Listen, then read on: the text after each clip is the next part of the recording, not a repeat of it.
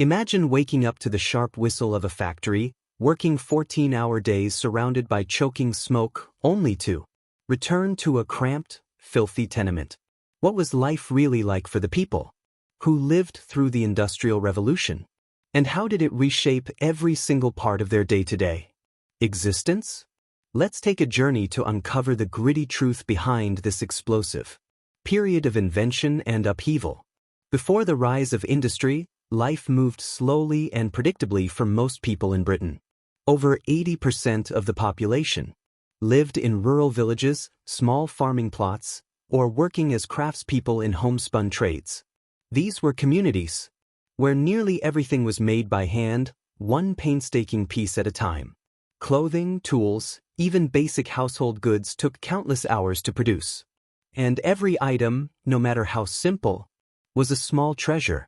Without machines to churn out identical products, mass production simply wasn't a concept. This meant that even the most basic of goods could be prohibitively expensive for many. A single outfit might last someone 4 years, stitched and patched until the fabric itself gave way. That same scarcity extended to nearly every aspect of life. Days revolved around nature's rhythms. Sunrise marked the beginning of work, and sunset signaled its end. It wasn't clocks or whistles that dictated time, but the sky overhead.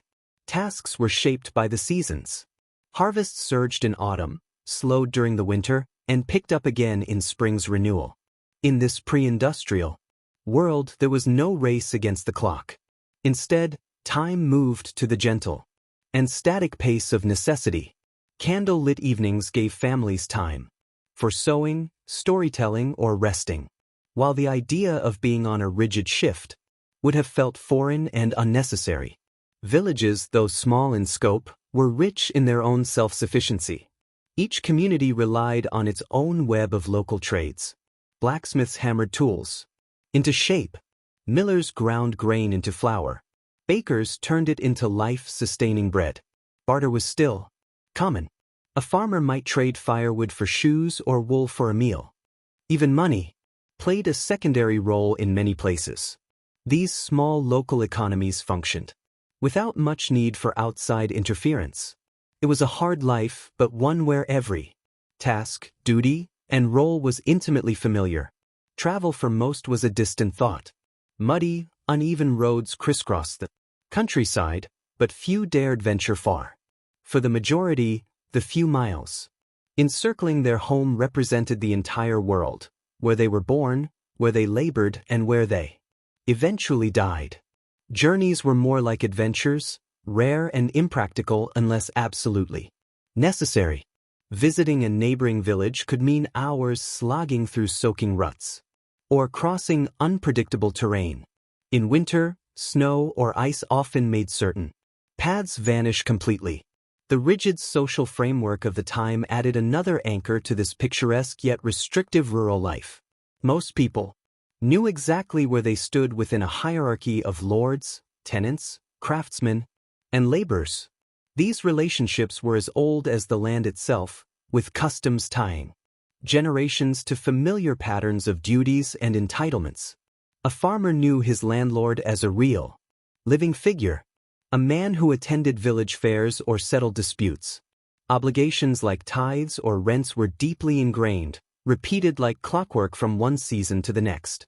Stability came at the cost of mobility both geographically and socially. Education was often a luxury unavailable to most. Children quickly became part of the family workforce, helping herd animals, plow fields, or assist their mothers within the home. Schooling, it did occur, was basic at best, often confined to religious education or rudimentary literacy if families could afford it. Books were rare, costly, and treated with near sacred care. Literacy rates were low, and for many the ability to read or write was irrelevant to their daily routine. Music, for communication, the fastest possible method before the 18th century, was a galloping horse carrying a message. News circulated at a pace more suited to nature. A piece of national information might take days, weeks, or more to reach an average household. This slow trickle of knowledge reinforced the local focus of communities, cocooning them in what felt like a timeless bubble. But this world was on borrowed time. Beneath the deliberate rhythm of rural life, forces were quietly gathering. Change wasn't going to seep in gradually. It was going to burst forth with steam and sparks, dragging villages, cities, and entire nations into an unrelenting tide of transformation. A world that had revolved around hand-spun goods, candle-lit nights, and horse-drawn messages was about to be torn apart, reshaped by new powers that no one could have fully predicted. In the mid-18th century, the world saw a shift in power, literally. For centuries, wood had been the go-to fuel, burned in homes, forges, and bakeries. But wood had its limits. It was slow, burning, inefficient, and forests were being depleted at an alarming rate. Enter coal, a fuel with far greater energy potential, one that seemed almost endless beneath Britain's soil. It wasn't just a resource. It was a revolution. Coal burned hotter and longer, transforming industries and reshaping energy consumption forever. It heated homes, fired kilns, and crucially became the backbone of steam power. The shift began underground. Mining coal wasn't for the faint-hearted. Miners worked in cramped, pitch-black tunnels with only flickering lamps to light their way. Entire families often spent days at a time in these mines, hauling rocks and breathing in toxic dust. Accidents were common. Explosions, cave-ins, and flooding took countless lives. And ironically, early steam engines were designed to pump water out of these dangerous flooded coal mines, allowing for even deeper digging. Machines mined the very substance that fueled them. It wasn't until James Watt entered the picture that the potential of steam was truly unleashed. In the 1760s, Watt developed a vastly improved steam engine that revolutionized the way power could be. His engine used far less coal than earlier models, making it more practical and scalable. Previously, factories had clung to riversides, relying on flowing water to turn their gears. Watt's invention severed that tie, freeing industry to expand anywhere coal could be delivered. Factories quickly became fixtures of towns, spreading far from rivers where nature had once dictated their locations. Watt's design was so significant that today every light bulb or power drill you use is measured in his honor. The Watt. But even as Watt was perfecting his engine, other inventors were racing to harness the momentum of change. Arkwright's spinning frame transformed textile production using water or steam power to spin yarn more efficiently than human hands ever could. John Kay and James Hargreaves added their own innovations with the flying shuttle and spinning jenny machines that allowed one worker to produce the work of several. Together, these inventions laid the groundwork for mechanized manufacturing, opening the floodgates to large-scale factory production. For the first time, humans weren't bound by the limits of their strength or skill. Machines took over tasks that had once required endless hours of manual labor.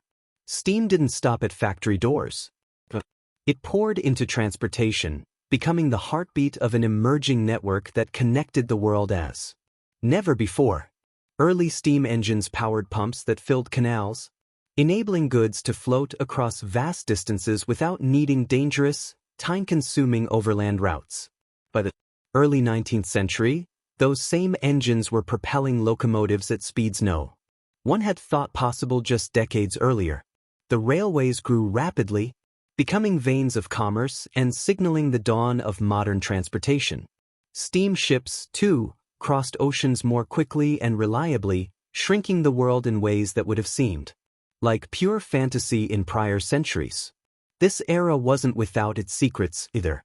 Many early inventors guarded their designs fiercely, locking machinery away in sealed rooms or even swearing their workers to secrecy. Industrial espionage was common.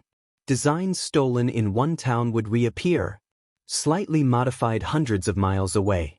Inventions were less public. Breakthroughs and more tug-of-war battles as inventors fought to stay one step ahead in an increasingly competitive world. Coal and steam didn't just change industries. They transformed society itself. They replaced muscle with machines, reduced travel times from weeks to days, and untied human progress from the constraints of nature. They were the first sparks of a fire that would grow into an era of unprecedented change. The textile industry was the first to undergo a complete industrial transformation, turning Britain into what was often called the workshop of the world. Cotton, lightweight and versatile, became the centerpiece of this change. It wasn't grown in Britain, but imported in massive quantities, particularly from colonies that depended on enslaved labor for cultivation. This global supply of raw material fed a rapidly expanding enterprise that would alter not just the way goods were made, but the way people worked and ultimately lived. Before the Industrial Revolution, textile production relied on the putting-out system where rural families spun and wove fabric in their homes.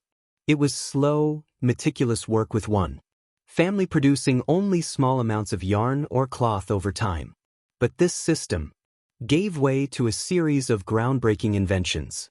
In the 1760s, James Hargreaves created the spinning jenny, a machine that allowed a single worker to spin multiple threads at once. Around the same time, Richard Arkwright introduced the water frame, which used water power to spin yarn far more efficiently than human. These innovations culminated in the invention of the power loom by Edmund Cartwright in the 1780s, mechanizing weaving itself and transforming what had been a manual craft into an entirely machine-driven process. These advancements gave birth to the first true factories, enormous buildings, housing rows upon rows of churning machines powered by water or, increasingly, steam. Unlike workshops or home-based production, the factory system demanded workers adhere to unrelenting schedules. Shifts often lasted 12 to 14 hours with timed breaks and little tolerance for tardiness. The rhythm of work was no longer set by natural daylight or individual pace, but by the hum of machines and the call of supervisors. This marked the beginning of a structured work culture that revolved around fixed hours, a precursor to the modern concept of a shift. Cotton mills were notoriously loud, dangerous, and unventilated, especially for children who were hired for their small size and low cost. Despite these dangers, factories became central to the economy. By 1830, Britain was producing half of the world's cotton cloth, much of it manufactured in cities like Manchester. Manchester's growth as a textile hub earned it the nickname Cottonopolis, a title that reflected not only its dominance in the industry, but also the staggering scale of production. The city was a symbol of industrial ambition, connecting global markets and cementing Britain's position as a manufacturing powerhouse. However, this success came at a human cost, and the roots of that cost stretched far beyond Britain. Much of the cotton processed in British mills were harvested by enslaved people in colonies like those in the American South. Entire families in Britain worked themselves to exhaustion, spinning and weaving cotton, while countless others across the Atlantic endured unimaginable violence to supply the raw material. Every thread spun in the mills of Manchester or Leeds was tied to this brutal global system, reshaping the very fabric of the industrial economy. While textiles propelled Britain into new realms of productivity, they also showcased the inequalities sown into the Industrial Revolution itself. The innovations that drove the industry forward came on the backs of those who had the least power: children, women, and the enslaved. Yet, those same innovations also set the stage for a world where machines took center stage, leaving the era of slow, home-based production in the dust. The Industrial Revolution was not only powered by steam and coal, but also built with iron and steel. These metals became the cornerstones of machines, railways, bridges, and ships. The ability to mass-produce iron was a breakthrough that shaped infrastructure and transformed industrial production on a massive scale. A pivotal development came from Abraham Darby in the early 18th century. It introduced coke-based blast furnaces which used coke rather than charcoal to smelt iron. This innovation made the process more efficient and cheaper, allowing iron production to grow exponentially. Suddenly, what had once been an expensive or limited resource was available in quantities large enough to fuel a new age of industrial ambition. This leap didn't just stop with iron. In the 1780s, Henry Court refined the metal further with the puddling process, a technique that eliminated impurities in pig iron. What emerged was wrought iron, stronger, more malleable, and ideal for products that demanded both flexibility and durability. By the mid-19th century, steel started to eclipse even this. Innovations like Henry Bessemer's steel converter in the 1850s turned molten iron into steel more efficiently than ever before. Steel was lighter, sturdier, and less brittle than traditional iron, making it ideal for rail lines, building frameworks, and machinery on an unprecedented scale. Industrial cities became the beating hearts of this metal revolution. Sheffield, already known for its cutlery, became a hub of steel production, turning out everything from surgical instruments to heavy machinery. Meanwhile, Birmingham, often called the workshop of the world, specialized in producing an array of metal goods, from cannon barrels to buttons. These cities weren't just producing iron and steel. They were forging Britain's dominance in global manufacturing. Railways alone required enormous quantities of iron. Every mile of track demanded thousands of bolts, wooden sleepers, and steel rails. The sheer scale of production boggles the mind. 1 mile of mid-19th century railway needed over 3,000 tons of raw materials, much of it iron, for an era. Without modern excavation equipment or logistics networks, this was a monumental feat. One of the most striking early examples of what iron could do came in 1779 with the completion of the Iron Bridge in Shropshire. As the first major structure of its kind, it stood not just as a practical crossing, but as a symbol of triumph over the limitations of traditional materials like wood or stone. Its graceful arches demonstrated the structural possibilities of iron and inspired future builders to push the boundaries in architecture and engineering. Music. The rise of iron and steel wasn't confined to individual cities. It reshaped entire regions. South Wales and later Teesside became centers for massive steel works. These industrial sites weren't just factories. They were entire communities. Workers lived in nearby housing provided by companies, shopped at company stores, and worked under the strict oversight of factory managers. Some companies even maintained private police forces to enforce order among their employees. These industrial towns were a direct product of the staggering demand for metals as they grew at the same furious pace as the industries they served. As iron and steel innovation surged, so too did Britain's reach. Ships built from strong corrosion-resistant steel traveled farther and faster, connecting colonies and expanding trade routes. Telegraph cables, essential for communication across the British Empire, relied on steel to protect the delicate wires as they snaked across ocean floors. Even warfare changed with steel-clad ships and iron cannons, giving Britain a technological edge on the global stage. The very tools and infrastructure of empire, from railways in India to bridges in Africa, were constructed from these industrial metals. Music, steel, and iron didn't just fuel inventions. They created a new kind of world. One connected by railways, defended by warships, and inextricably linked by the hum of rapid industrial progress. Industrial Britain redefined the possibilities of what humans could build, and in doing so left its mark on every corner of the globe, both physically and politically. Before the Industrial Revolution transformed cities, a quieter revolution took place in the countryside. This was the enclosure movement, a process that would upend rural life and reshape the economy in England. For centuries, the countryside operated under a shared system, common land. Villagers grazed animals on shared pastures, grew crops in open fields, and utilized communal woodlands for firewood or foraging.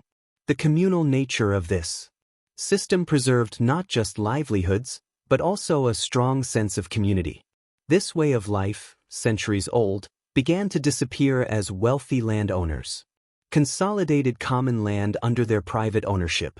Enclosure wasn't a single event, but a long piecemeal process that accelerated dramatically during the late 18th and early 19th centuries. Landowners enclosed fields with fences, hedges, or stone walls, literally carving up open spaces into private property for more efficient farming. Many of these appropriations were formalized through parliamentary enclosure acts, which gave the wealthy legal backing to claim common land. From the 1760s onward, the British Parliament passed thousands of these acts, often without much consideration for the rural poor who lacked both property and a voice in the political process. It was, for the rich, a logical step toward modern agriculture. For those in traditional villages, it was a crisis. Enclosure brought sweeping economic change by increasing agricultural efficiency and turning land into a commodity. Larger enclosed fields allowed landowners to introduce new machinery, improve crop rotation methods, and maximize profits. Output soared, feeding the growing urban population. But progress came at a heavy cost. Farmers who had once worked their own small plots or utilized common grazing land lost access. Their livelihoods vanished along with the open fields. In the eyes of many, enclosure wasn't just about hedges and fences. It erased a way of life and fragmented communities. With common rights revoked, traditions like gleaning, where the poor collected leftover grain after harvest, disappeared overnight. Families evicted from communal land flooded into towns and industrial cities in search of work. This displacement helped turn the rural poor into a new industrial workforce. The very people once tied to village life became the hands and backs that powered Britain's factories. A social order that had been tied to the land for centuries was uprooted, forming the beginnings of what we recognize today as a working-class population. The phrase "the rural poor" became the urban proletariat captures the seismic shift.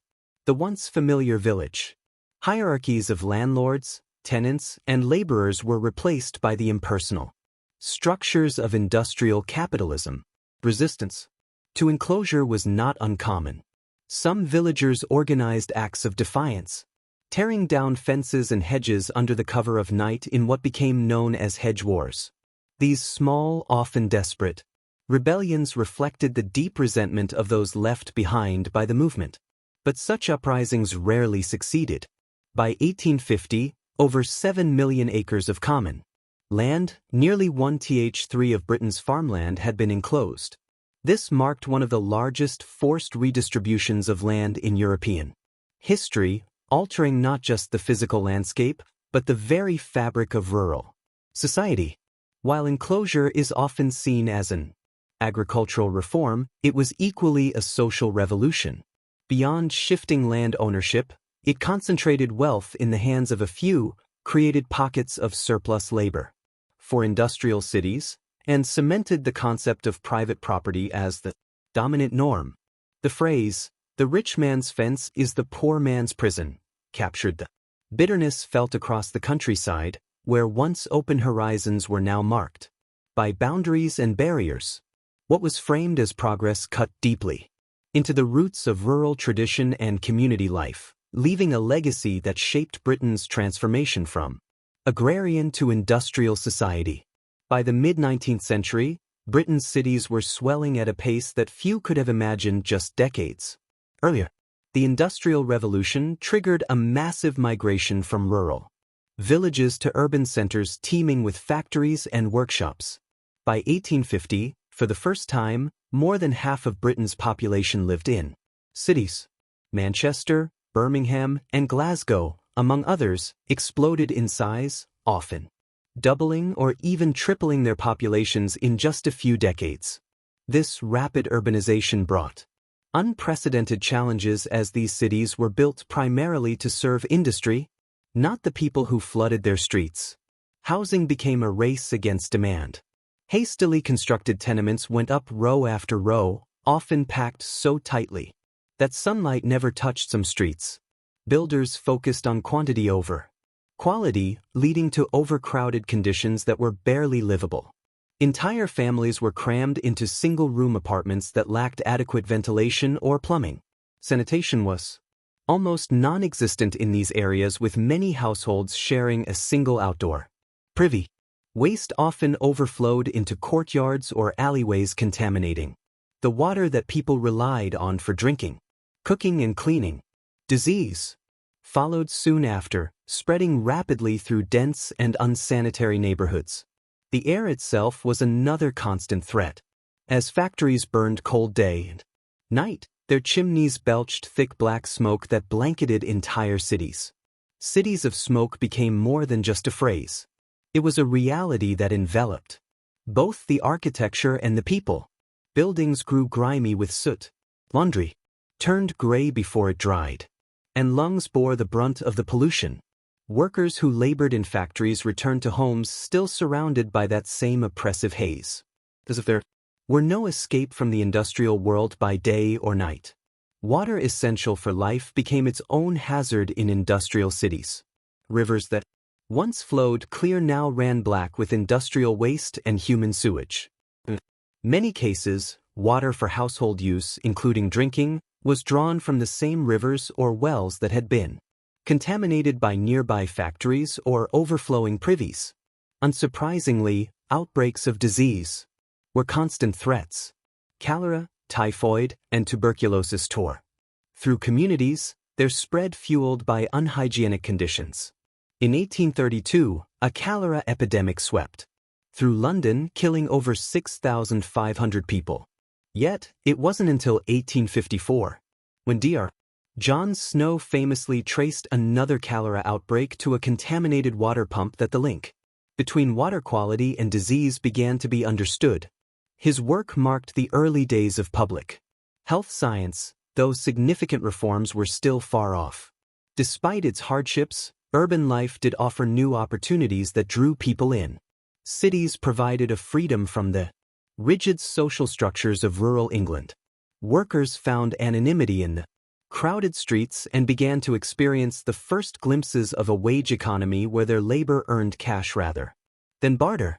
Urban centers also became hubs of culture and entertainment, offering pubs, theaters, music halls, and eventually newspapers. Still, these freedoms were tempered by the harsh realities of poverty, isolation, and rising crime. For many, the promise of the city quickly gave way to its darker truths. Music, even small indignities, illustrated the struggles of life in these industrial centers. For instance, in some cities, workers were forced to pay for access to public toilets. Those who couldn't spare the fee used alleyways instead, compounding already dire sanitary conditions. In this way, the industrial city was both a place of opportunity and a crucible of suffering. It stripped away many of the comforts and rhythms of pre-industrial life in its pursuit of unprecedented productivity and size. Music. Urbanization didn't just reshape where people lived.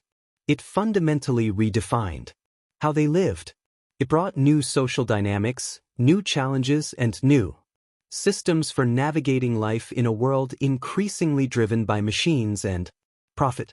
The modern city, with all its innovation, inequality, resilience, and unrest, found its roots here in the smoke-filled streets of Manchester, Birmingham, Glasgow, and beyond. Factory life meant clocking into a reality that was entirely new to those who had grown up working the land. Time itself became a rigid mechanical force. The sun no longer dictated when work started or ended. Instead, the factory bell ruled over every minute of the day. Workers were expected to be on the shop floor precisely when their shift began, with no exceptions. Arriving late, even by a matter of minutes, often meant docked wages or outright dismissal. Clocks, once rare in daily life, became tools of discipline used to micromanage every moment. In this environment, it felt less like a natural rhythm and more like something that pressed down on every second of a worker's life. Music, inside the factory, the machines, dictated every move. Unlike the slow seasonal pace of agricultural life, there were no natural pauses in this world. The machinery kept running, unyielding and unforgiving, setting a pace far faster than most humans were Used to. Breaks when they came were short and strictly scheduled. The grind wasn't just physical. It was psychological. Time no longer felt like it belonged to the workers, but to the machines and the factory owners who controlled them. Music factory rules enforced strict discipline on the shop floor.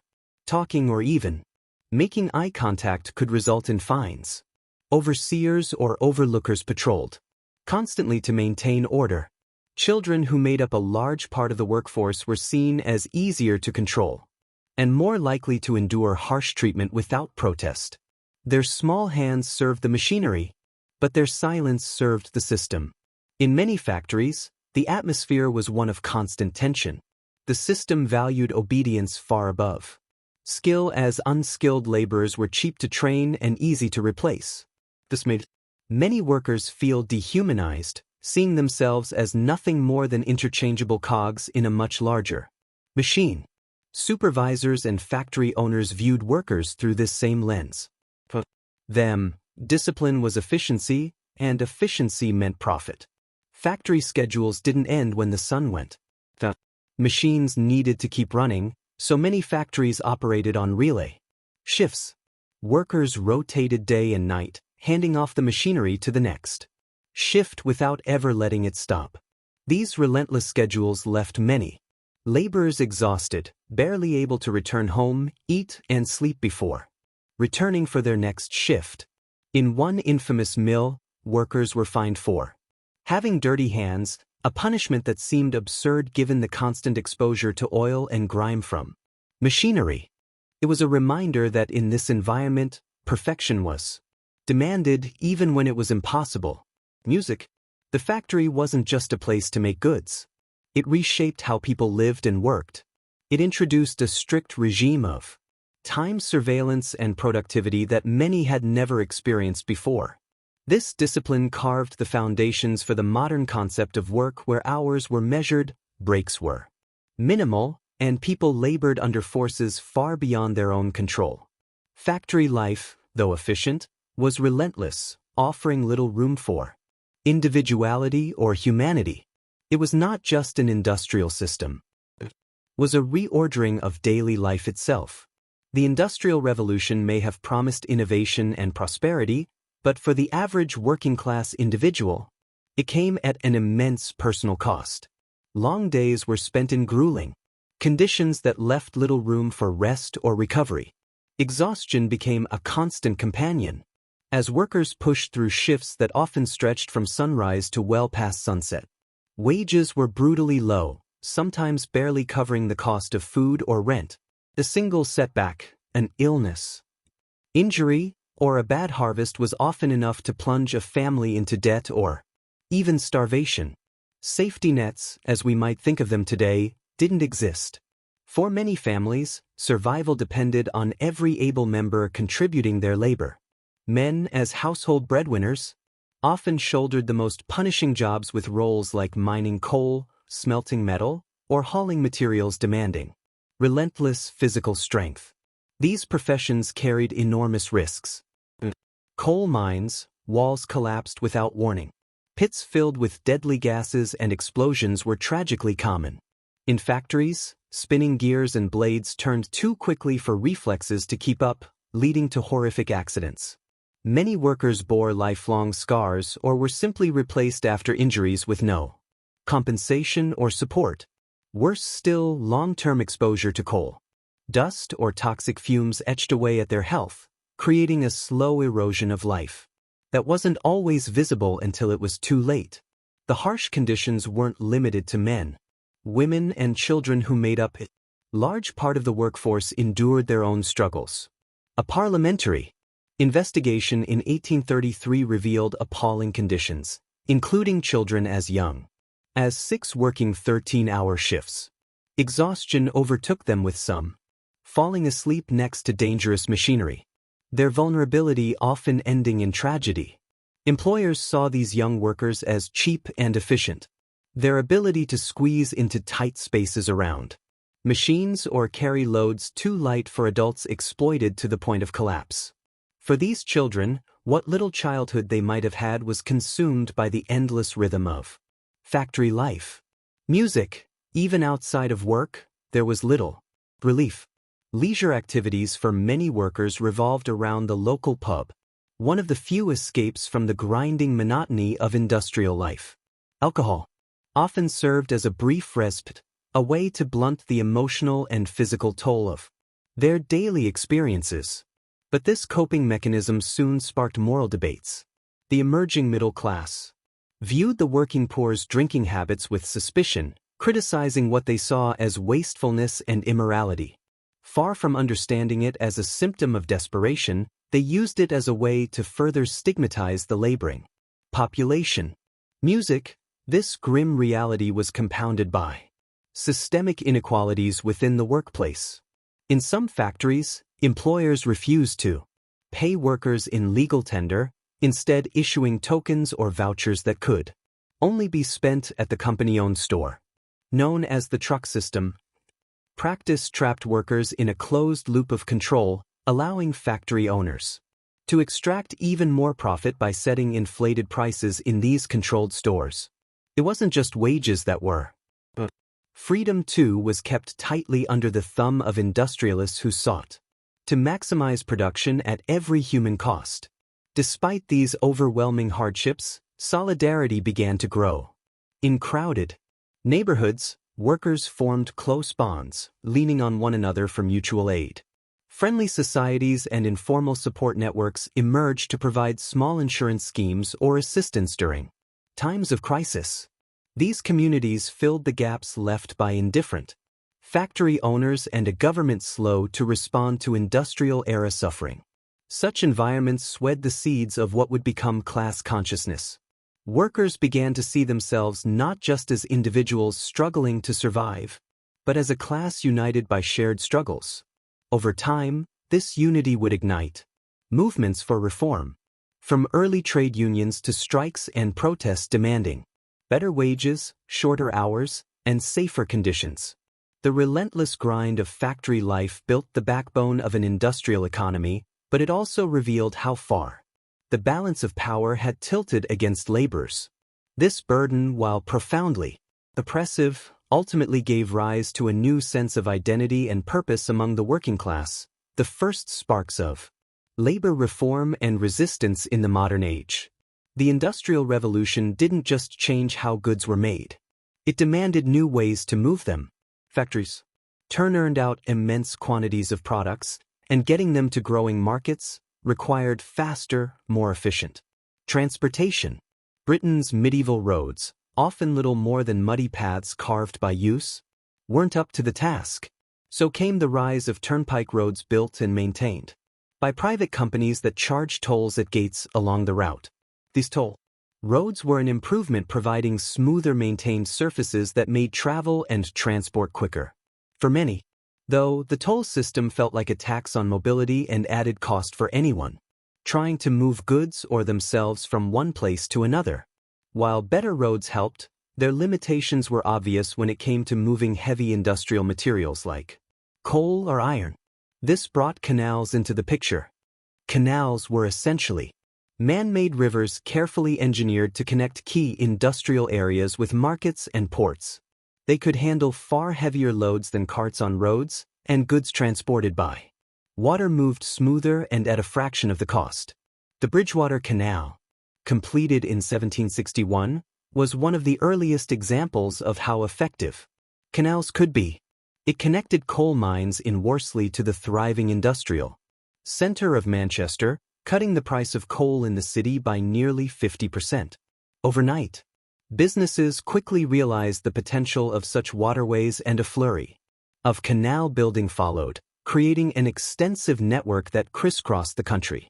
Music, but it was the railway that truly revolutionized transport. In the 1830s, steam locomotives began to haul goods and passengers at unprecedented speeds. The opening of the Liverpool and Manchester Railway in 1830 stunned the world as people witnessed trains traveling up to 30 miles per hour, an astonishing leap from the pace of horse-drawn carts. More than a marvel, this railway marked the beginning of commercial rail travel, and it was soon clear that steam engines could move far more goods faster and cheaper than any canal or road ever The railway/travel times and reshaped the British landscape. Towns previously isolated from commerce became bustling hubs. Rural areas were suddenly connected to growing industrial cities and overseas markets, weaving Britain into a more integrated economic system. Music, the expansion of the railway industry, was a monumental achievement, but it came at enormous labor demand. Thousands of workers known as navies dug tracks, built tunnels and laid rails through hills, fields and valleys. Many of these navies were Irish laborers or displaced rural workers, enduring grueling conditions for low wages. Their efforts resulted in a truly staggering network of tracks. By 1850, Britain had more than 6,000 m of railway connecting cities, industrial centers, and ports. Steam engines, like George Stephenson's pioneering the rocket, became icons of progress. Designed for speed and power, the rocket won the Rainhill trials in 1829, achieving a top speed of 29 miles per hour, marking a critical moment in locomotive history. For the public, trains brought both excitement and fear. The sound of a locomotive thundering through a countryside village was otherworldly, almost terrifying.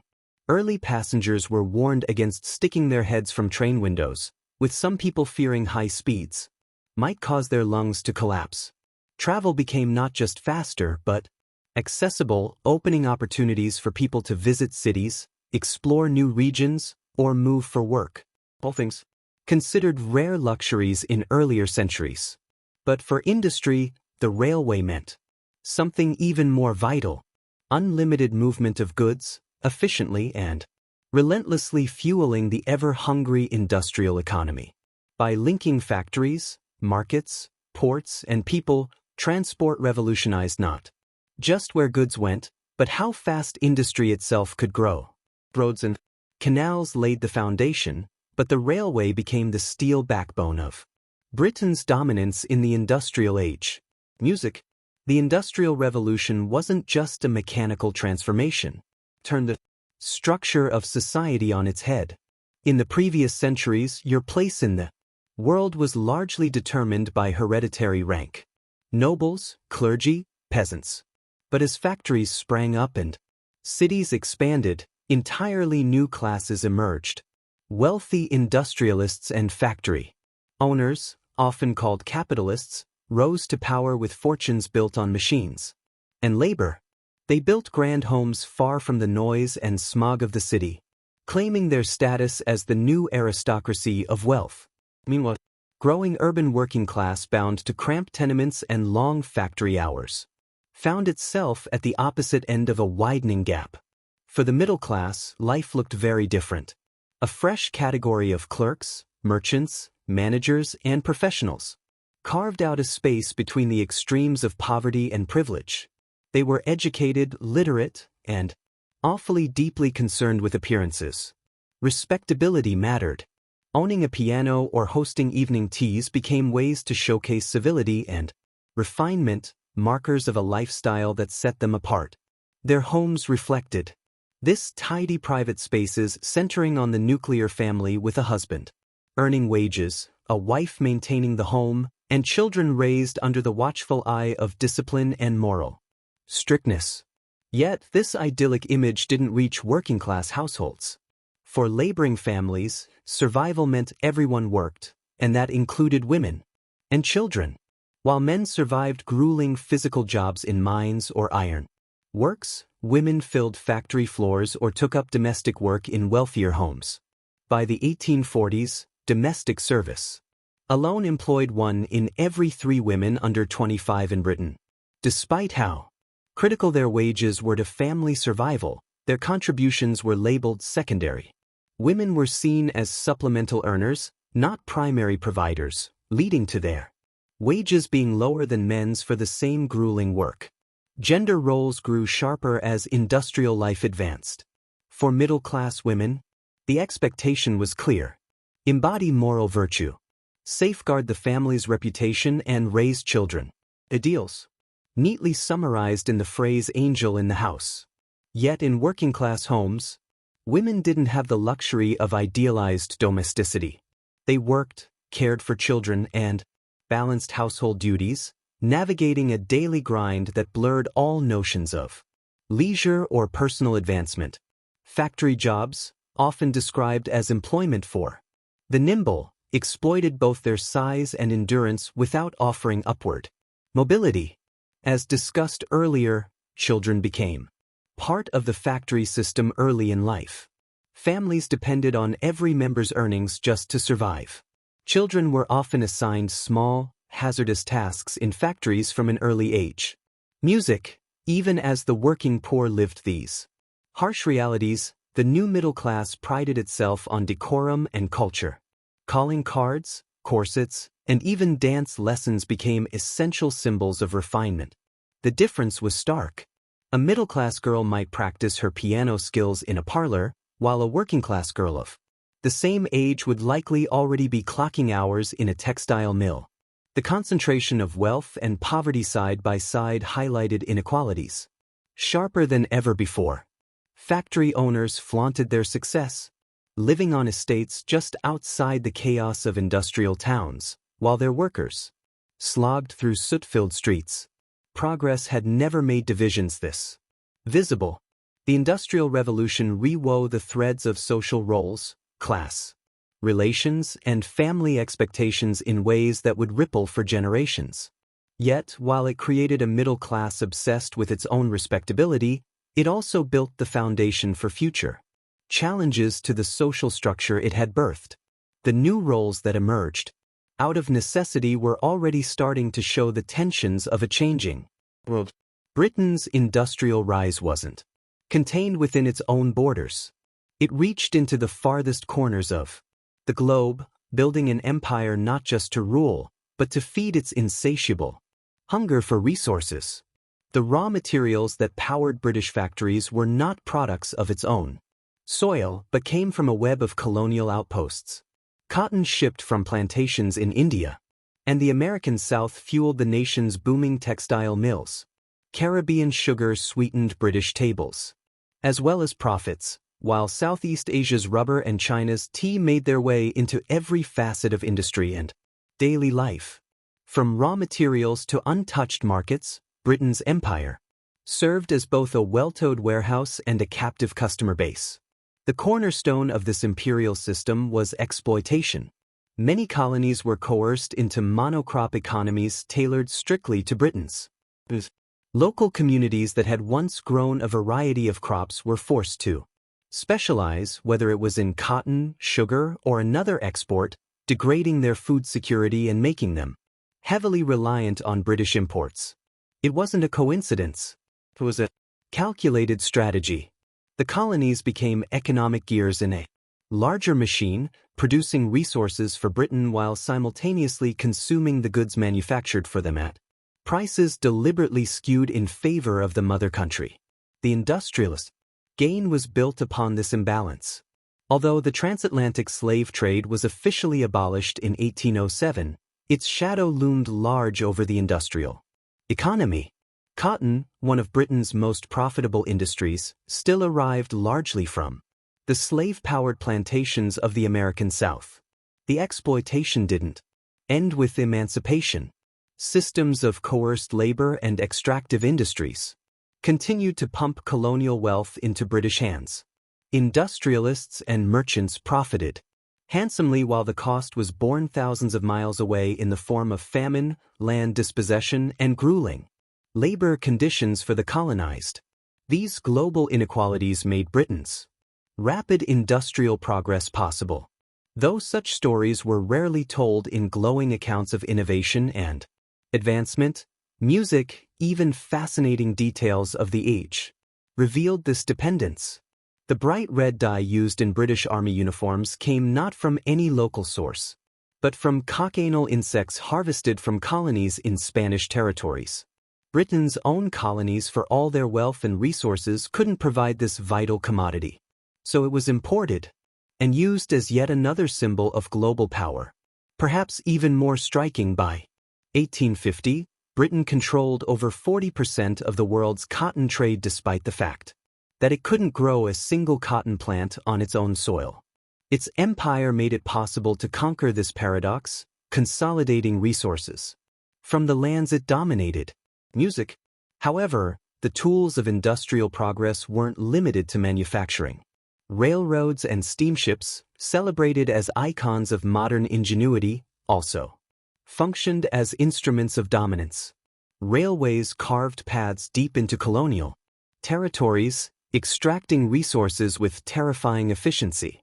Telegraph lines connected distant outposts, ensuring the swift flow of information and power between Britain and its imperial holdings.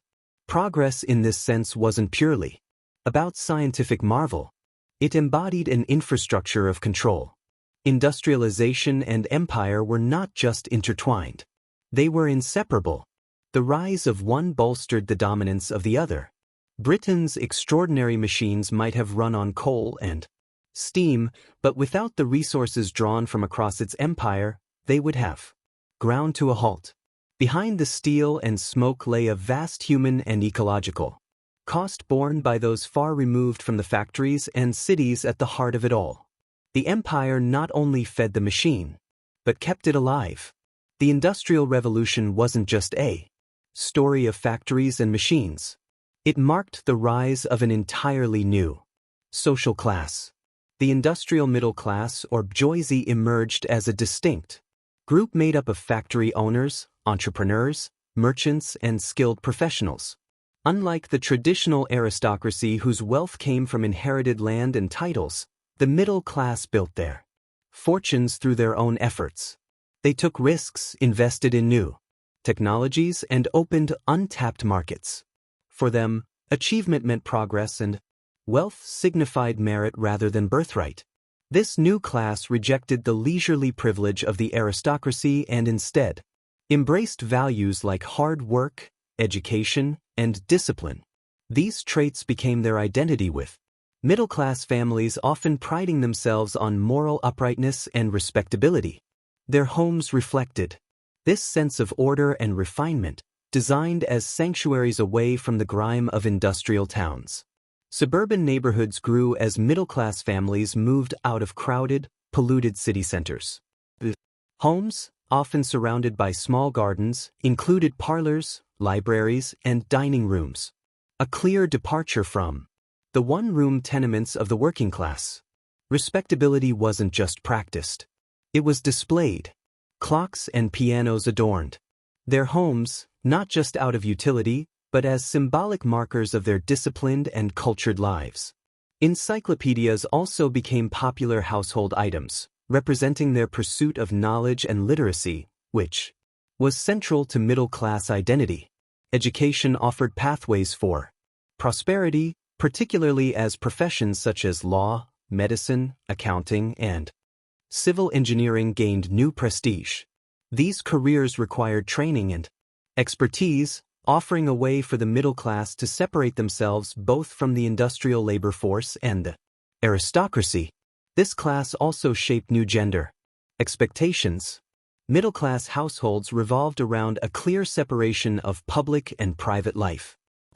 Participated in work and politics while women were expected to stay within the domestic sphere. They were seen as the caretakers of morality and home life, often referred to as angels of the Their role extended beyond maintaining the household. They symbolized the family's respectability.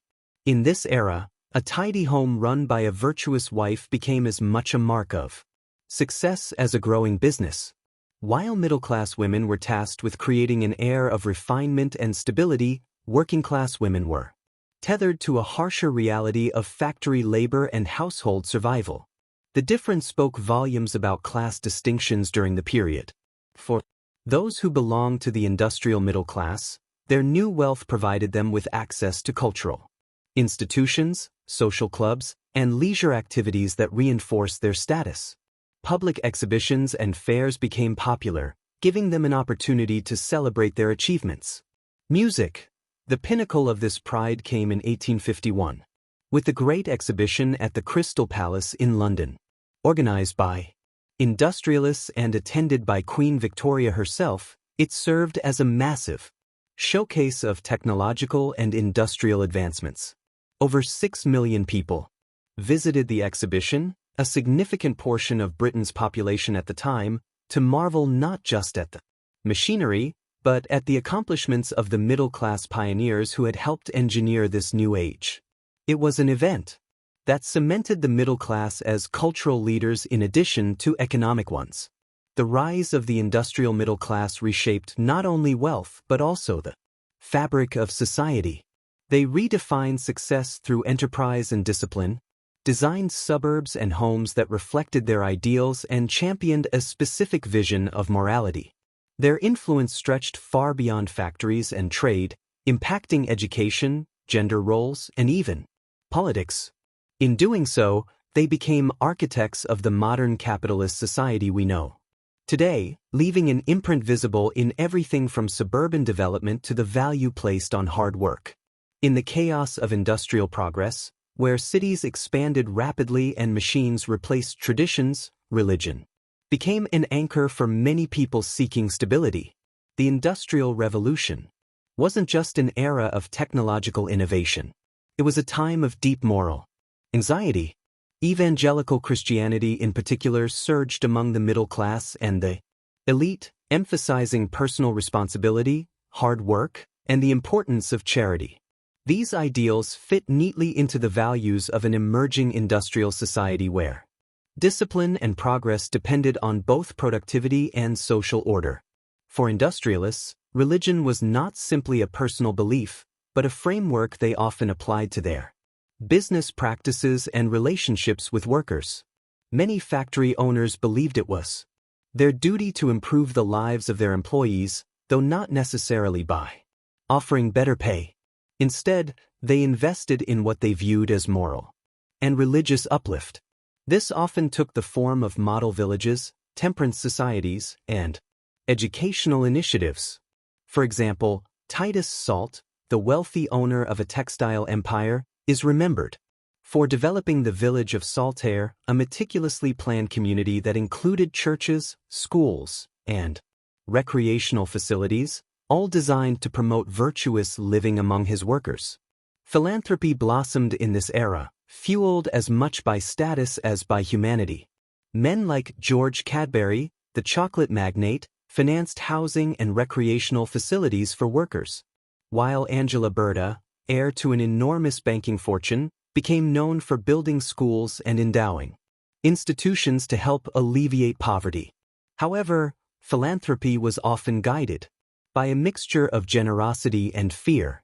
Many wealthy industrialists feared the unrest brewing in overcrowded, poorly managed cities. Alcoholism, crime, and the threat of worker rebellion weren't just personal concerns.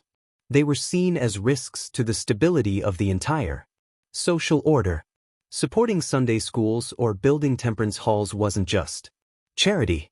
It was also preemptive. Religious reformers didn't just focus on education. They also sought broader societal changes. William Wilberforce, one of the leading evangelicals of his time, worked tirelessly to end the transatlantic slave trade, linking the values of faith and morality to significant legislative victories.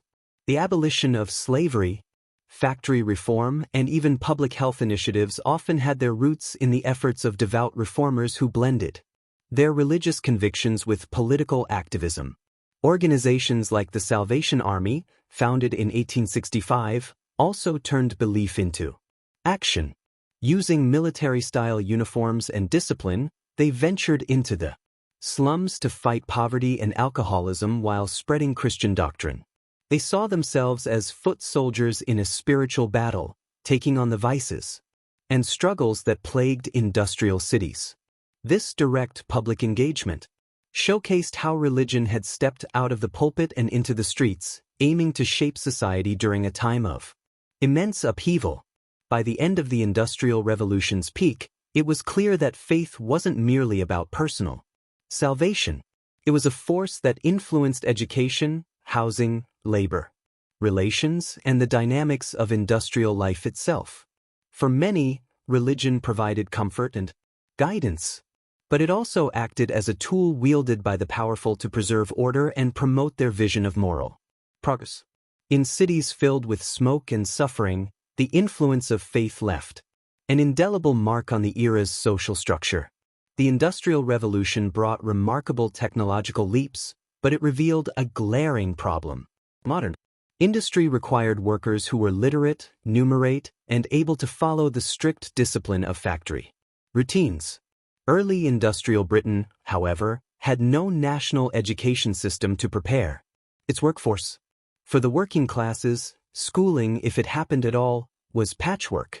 Many children learn the basics in charity schools, small local institutions funded by religious or philanthropic efforts. For others, Sunday schools, where Bible lessons doubled as their only exposure to reading or arithmetic, were the closest thing to formal education. But for most poor children, work took precedence over learning. Music, the lack of education viewed through the lens of the state, posed its own risks. On one hand, an illiterate population threatened industrial and military efficiency. Ignorance on a mass scale undermined the very structure of progress. On the other hand, there was an equally strong fear of educating the poor too much. The prevailing concern among elites was that providing knowledge, especially about philosophy, history, and politics, might lead to radicalism. After all, teaching working-class children to read could mean giving them access to ideas that question the status quo. Education in this period aimed to mold moral, obedient workers rather than encourage broad intellectual growth. Reformers in both Britain and beyond began to challenge this approach. In the United States, Horace Mann championed the idea that free universal education was essential for the survival of a democratic society. In Britain, Robert Owen, a forward-thinking industrialist, experimented with model schools for the children of his factory workers. Owen's schools offered not only reading and arithmetic, but also lessons in practical skills and character development, reflecting his belief in education as a right rather than a privilege. Yet, despite these efforts, national reform advanced at a snail's pace. Music. The first real legislative move came from the Factory Act of 1833, which limited child labor and required factory owners to provide basic schooling for child workers under the age of 13. However, enforcement was weak. Without a national education system, the burden fell on factory owners, many of whom saw little value in spending money on what they considered non-essential. Children were often taught by poorly trained teachers in hastily arranged classrooms, learning just enough to follow instructions on the factory floor, but not enough to climb beyond it. The educational divide between classes deepened during this era. Middle and upper-class children received private tutoring or attended elite MIs that offered classical education. These schools reinforced their place in society by teaching subjects like Latin, literature, and advanced mathematics, preparing them for leadership roles. Meanwhile, workers' children might be taught how to read a clock, a skill not for their own intellectual benefit, but to ensure they arrive to work on time.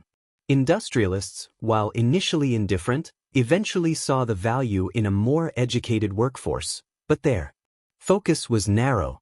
Schools supported by factory owners often prioritized what we might call practical literacy, reading, writing, arithmetic, and industrial discipline. Critical thinking or a broader liberal education had no place in this vision. The goal was clear. Education served the factory, not personal enrichment. Music, still, the situation remained dire for most children. By 1851, only about 30% of children in England and Wales attended any form of school regularly, and many had to leave by age 10 to earn wages. The scarcity of formal schooling is even more striking when remembering that these same children worked upwards of 12-hour shifts in dangerous conditions. For the poor, literacy was a luxury, not a right. Music education during the Industrial Revolution often seemed less like a tool for empowerment and more like a cog in the industrial machine. It sought to create obedient workers, instill moral discipline, and bolster loyalty to a rigid social hierarchy. Though reformers like Owen and Mann planted seeds for broader change, these efforts reflected the slow march of progress. For most children, the lessons taught in Cramped classrooms existed solely to prepare them for the relentless demands of the factory floor. The revolution outside the classroom had only begun. The Industrial Revolution promised advancement, but for many workers, it delivered punishing conditions and crushing inequality. For the people whose labors kept the factories running, frustration and anger turned into resistance. Workers were given no protections, no minimum wage, no regulation of hours, and no mechanisms to address grievances. Their lives were dictated by the factory. But while employers viewed them as disposable with no legal recourse and little hope for remedy, defiance often took radical forms: strikes, deliberate slowdowns, and even the smashing of the very machines fueling the industrial age. Among the earliest and most well-known movements of industrial resistance were the Lights. Active between 1811 and 1816, these skilled textile workers had built their livelihoods on craftsmanship. They saw the new machinery designed to automate weaving as a direct threat not just to jobs but to the future of their trade. When factory owners chose profit over people, the Lights fought back, raiding mills and smashing frames as a last-ditch effort to defend their way of life. But the government treated their resistance as treason. Soldiers were sent in to crush the rebellion. Arrested lattes faced transportation to penal colonies, lengthy prison sentences, or execution. What started as a cry of desperation led to brutal suppression, with the British government devoting more troops to fighting the Lights than to its campaign against Napoleon in Spain at the time. Despite these harsh responses, unrest among industrial workers grew. By the mid-1800s, strikes became increasingly common as people began to organize more formally. Early trade unions, when they first emerged, were outlawed. Workers who dared to band together risked their livelihoods and even their freedom. The 1834 case of the Toll Puddle Martyrs underscored these dangers. 6 agricultural laborers were convicted and transported to Australia for the crime of forming a union. The incident sparked public outcry, mobilizing support for workers' rights. This moment planted the seeds for modern labor movements, showing the lengths to which workers would go and the solidarity they could inspire in the fight for justice. Still, resistance wasn't always organized. Small acts of defiance also shaped worker opposition to mechanization. The origins of the word sabotage are often traced back to French textile workers who reportedly threw their wooden shoes or sabots into factory machines to break them. Whether symbolic or practical, these actions reflected a deeper truth. Many workers saw industrial machines not as tools of progress, but as symbols of exploitation, taking livelihoods while demanding inhuman sacrifices. The struggle wasn't purely about wages. Workers resisted for reasons beyond money: inhuman hours, unsafe conditions, and the loss of dignity drove people to protest. For them, the factory system treated humans as cogs in a machine, erasing individuality and crushing hope. And protests were how they reclaimed some semblance of power. Even when ruthlessly suppressed, these moments of defiance were not in vain. Highlighted the cracks in the industrial system and set the stage for later reforms, from legal unionization to improved workplace protections. Music. The legacy of workers' resistance during the Industrial Revolution is profound. It demonstrated that collective action could challenge the unchecked power of factory owners and governments alike. Far from fading into obscurity, these struggles laid the foundation for the labor rights and protections we recognize today. Even amidst the towering machines and relentless production lines, workers made it clear they would not be silenced. As the Industrial Revolution gathered steam, cities swelled with workers, factories multiplied, and the air grew thick with change. With this rapid growth came new challenges, and the state responded by focusing on control. Managing the chaos of industrial society required a legal framework, not just to protect lives, but primarily to safeguard property and keep workers in line. The result was a system that heavily favored those at the top: factory workers, industrialists, and landlords. Workers, on the other hand, found themselves increasingly criminalized. At the heart of this system was the harshness of early 19th century law. Known as the Bloody Code, this set of criminal laws saw over 200 offenses, punishable by death, including surprisingly minor crimes such as stealing a loaf of bread. For a poor family on the brink of starvation, theft might seem like survival, but the legal response was unyielding. Punishments were designed to be harsh, not only to reform the individual, but as a warning to others. While factory owners abusing and endangering their workers faced little oversight, workers committing even minor infractions risked prison or worse. The growing cities required more than just courts and laws. They needed enforcement.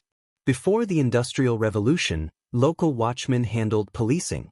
But the explosion of urban populations and rising unrest outpaced this informal approach. In 1829, Sir Robert Peel established the Metropolitan Police, Britain's first professional police force, transforming law enforcement into a structured institution known as bobbies. Officers aimed to maintain order in the unruly industrial hubs. More than just a safeguard against crime, the police became a tool for suppressing unrest, particularly among workers. Protests, gatherings, and union efforts soon became targets of state intervention. Prisons, too, were reimagined to align with industrial society. Reform movements emphasized discipline, silence, and labor, turning incarceration into a form of industrial control in itself. Inmates spent their days working under strict regimes, often producing goods for state or commercial use. Silence was enforced to encourage reflection and compliance, blending punishment with a model of factory-like structure. Institutions like Pentville Prison adopted these principles, showcasing a wider effort to bring industrial discipline into every facet of life. For workers, resistance to these systems could mean dire consequences. The government took swift action against organized labor with the introduction of laws such as the Combination Acts of 1799 and 1800. These acts banned unions and collective bargaining, making it illegal for workers to come together to demand better conditions or wages. Those who dared organize faced heavy fines, imprisonment, or even exile. Though repealed in 1824 after public pressure, the temporary ban cemented collective organization as a dangerous act in the eyes of the state. Music. In some industrial towns, control extended beyond police and laws to the factories themselves. Company-owned police forces appeared in certain areas, patrolling both the streets and factory grounds. These private forces enforced not just local laws, but the rules of the employers, creating an early version of corporate surveillance. For example, workers attempting to organize or slow down production could find themselves blacklisted, shadowed, or simply removed from their jobs or homes. The brutality of the industrial legal system wasn't limited to Britain itself. Between 1788 and 1868, over 160,000 convicts were transported to penal colonies in Australia. Many of these individuals had committed crimes tied directly to poverty, such as theft, often driven by hunger, or joblessness created by industrial upheaval. In many cases, transportation was seen not just as punishment, but as a convenient way to rid industrial centers of overcrowded prisons and so-called undesirables. It was a step that revealed the state's focus on maintaining order at all costs. As the machinery of industry transformed the world, so did the machinery of control. Laws, police forces, and prisons reinforced the authority of the industrial elite while harshly punishing workers and debtors. This wasn't just governance. It was the framework of an industrial state, designed as much to suppress disorder as to sustain the endless hum of the factories. Beneath the promises of progress lay a system of discipline, surveillance, and power, ensuring the engine of industry kept running smoothly. The Industrial Revolution didn't just reshape economies and cities. It also transformed art and literature, inspiring reactions that ranged from celebration to deep unease. For many creatives, the changes were electrifying, but also unsettling. The arrival of factories and machines and the loss of rural life became central themes for artists and writers, grappling with what it all meant for humanity. Music. Romantic poets like William Blake and William Wordsworth were among the first to articulate anxieties about the new industrial age. Blake's description of England's factories as dark satanic mills in his famous poem Jerusalem captured a sense of spiritual and physical despair tied to this new world of mechanization. Wordsworth, on the other hand, mourned the destruction of nature itself. His poetry often focused on the beauty of the countryside, which he saw disappearing under the weight of industrial power. Both poets sought to remind people of a world before smoke and soot, a world where natural landscapes and human connection to the earth played leading roles. The impact of industry wasn't just confined to poetry. Writers like Charles Dickens took the grim realities of urban and working-class life and brought them to the forefront of Victorian culture. In works like Hard Times, Dickens painted a vivid picture of the grinding monotony and dehumanizing routines of industrial cities. His novels didn't just tell stories. They challenged readers to confront the cruelty of child labor, the erosion of community, and the inequalities that underpinned industrial progress. In Oliver Twist, he exposed the conditions of orphans and the neglected poor, forcing his readers to see the human cost of their rapidly changing society. While literature captured the social and emotional toll, visual art grappled with the raw power and scale of industrialization. J.M.W. Turner's paintings, for example, reflected both awe and apprehension at the changing landscape. In works like Rain, Steam, and Speed, Turner depicted steam trains cutting through misty landscapes, their mechanical energy almost violent against the softness of nature.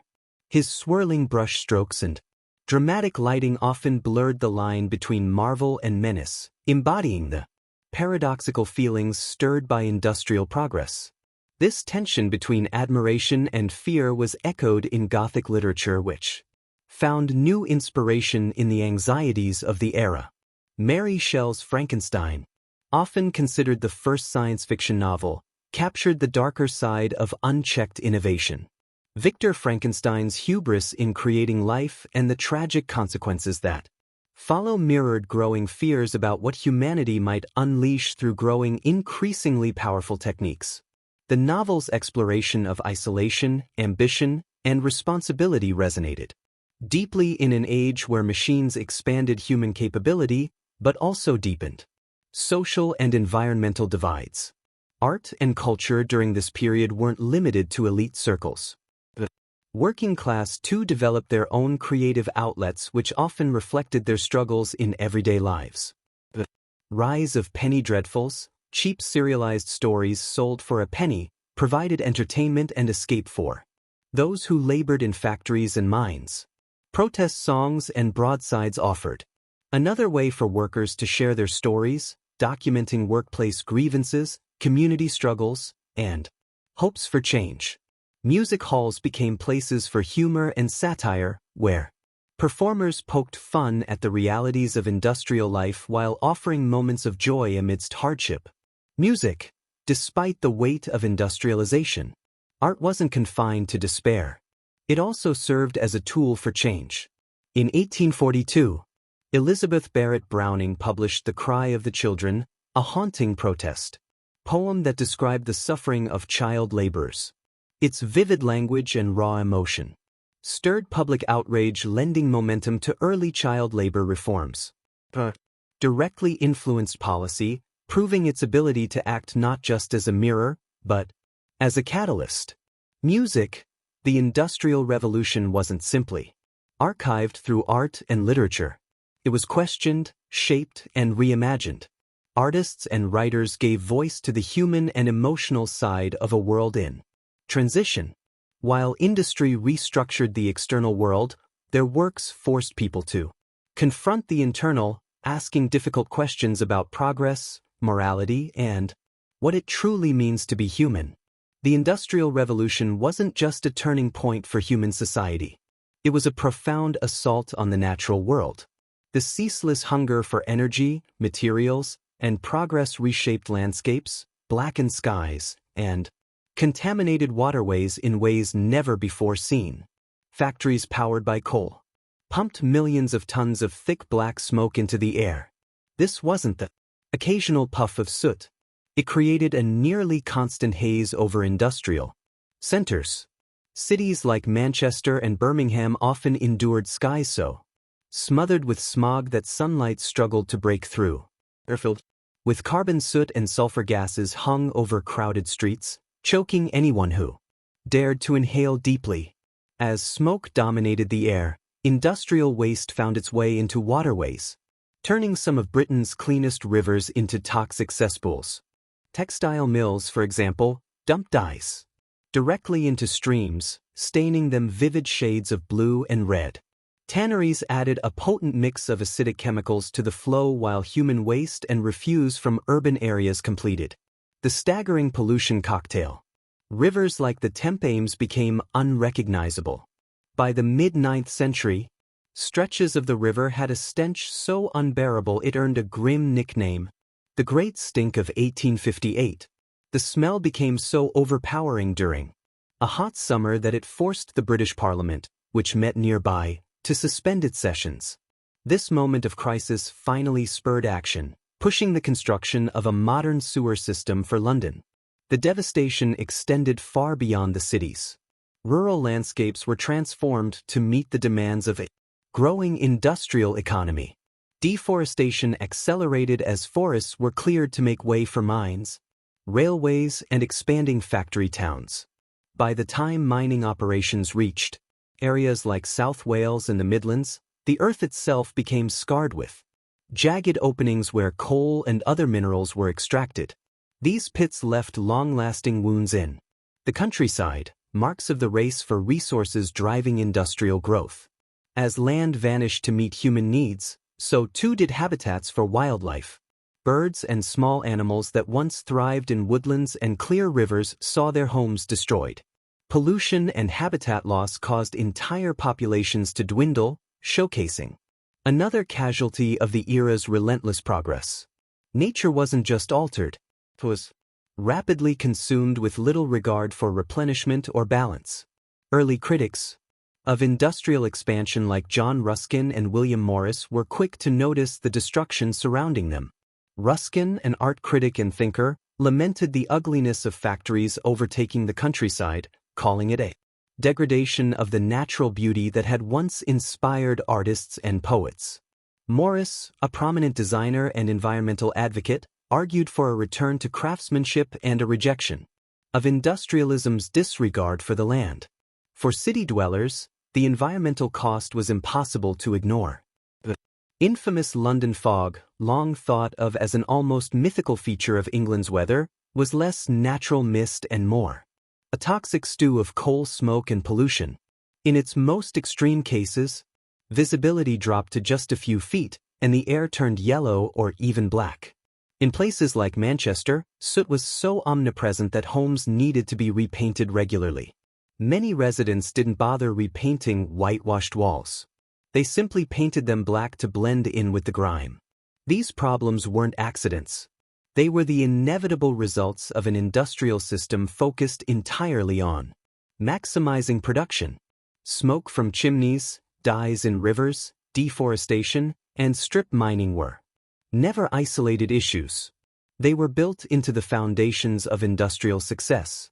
The revolution may have heralded an age of innovation and expansion, but it came at a cost that no one fully understood until the damage was done. Its legacy isn't just found in the machinery and the progress it left behind, but in the scars etched deep into the world it reshaped.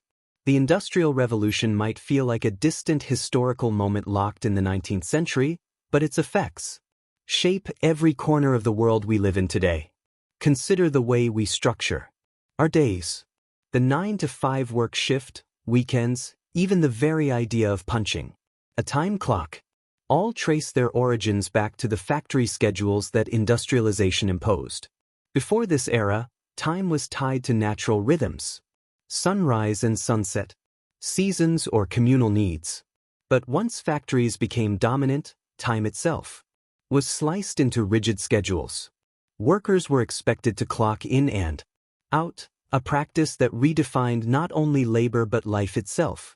Music, globally, the industrial economy that emerged from Britain's revolutionized model still forms the backbone of modern commerce. Mass production remains the engine of consumer culture, and global trade flows along routes shaped by colonial-era practices. The concept of large-scale industrial supply chains started with factories, sourcing materials like colonial cotton or Caribbean sugar. And today those same processes connect smartphones, clothing, and cars to consumers across the planet. The vast energy-intensive systems that power this economy are direct descendants of the mills, forges, and engines first built in the 18th century. The social movements that ripple through our world today also owe their roots to this period. Labor unions, environmental advocacy, and even public health campaigns were forged in response to the upheavals of industrialization. Workers' strikes calling for fair conditions evolved into global struggles for labor rights, while concerns about public health and smoke-filled industrial towns planted the seeds of modern environmentalism.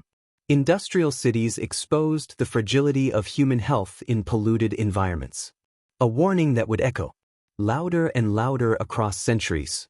One of the most pressing modern echoes of the Industrial Revolution is climate change.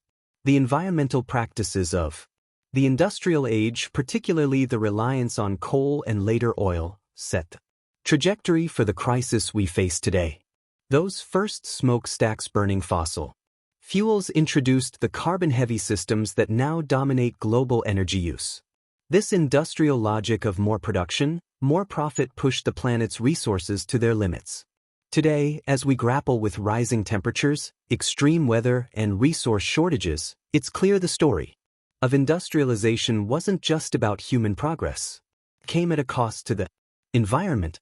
Modern cities still carry the DNA of their industrial ancestors. The urban centers we know, dense, diverse, and powered by infrastructure, evolved from the industrial metropolises like Manchester, Birmingham, or Detroit. These cities became engines of opportunity, drawing millions seeking work and prosperity. Yet they also reproduced the inequalities seen during the Industrial Revolution.